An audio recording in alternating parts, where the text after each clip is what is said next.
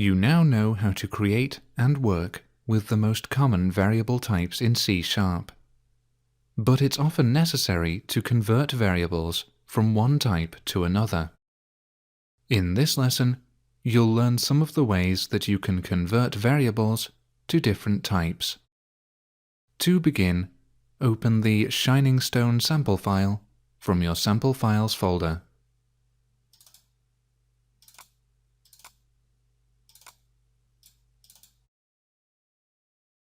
And open the code behind file of by.aspx if it isn't open already. Now click in the button Submit Order Click Event Handler,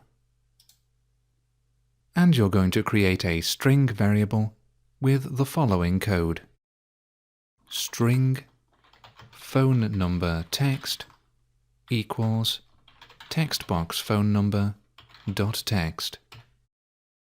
As you've seen before, this code will create a string variable called phone number text that contains the text that was entered into the text box phone number control. Now you're going to convert the contents of your string variable into an int variable by using the Convert to int32 method. In lesson 4.9, you added a range validator control to the page with a type property of integer. This means that the user can only enter integer values into the text box phone number control. Because you know that the text box phone number control's text property will contain an integer, it will always be possible to convert the string variable from its text property into an int variable. Add a new line with the following code. Int phone number equals convert.toInt32 phone number text. This code converts the contents of the phone number text string variable into integer data, which is stored in a new variable called phone number. You could now perform mathematical operations on the int variable, something that you couldn't do with a string variable. You'll notice that there are lots of other convert.to options. These include all of the types that you've worked with in this session.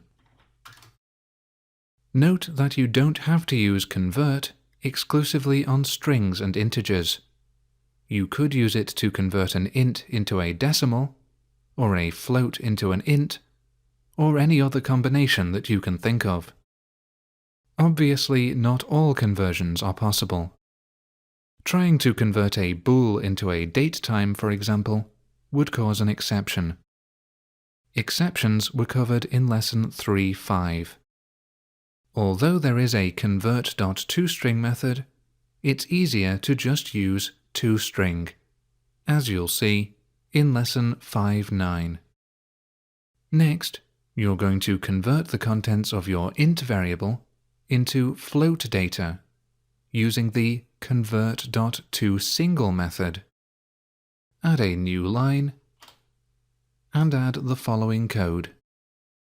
Float phone number float equals convert.toSingle phone number.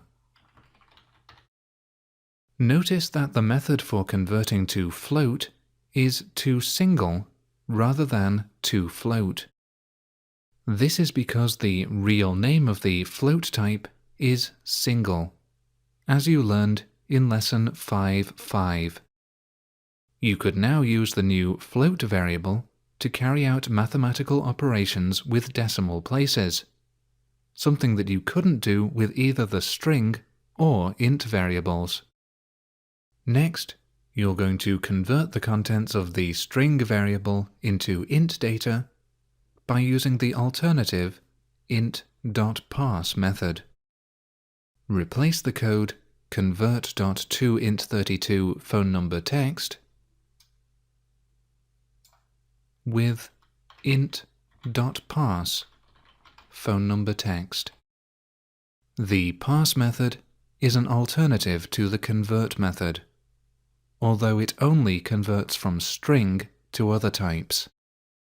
There is a parse method available for all of the types that you have worked with in this session.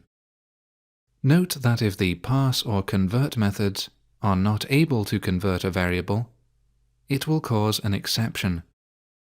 The try parse method is an alternative method that doesn't cause an exception if conversion is impossible. Try parse is covered in the Expert Skills course in this series. Next, you're going to convert the contents of the string variable into float data by using float.parse. Replace the code convert.toSingle phone number with float.parse phone number text. Here you're using the parse method to convert the phone number text string data into float data. Converting string values into numbers is very useful, since you cannot perform mathematical operations on string values. Close Visual Studio now, saving your changes if prompted.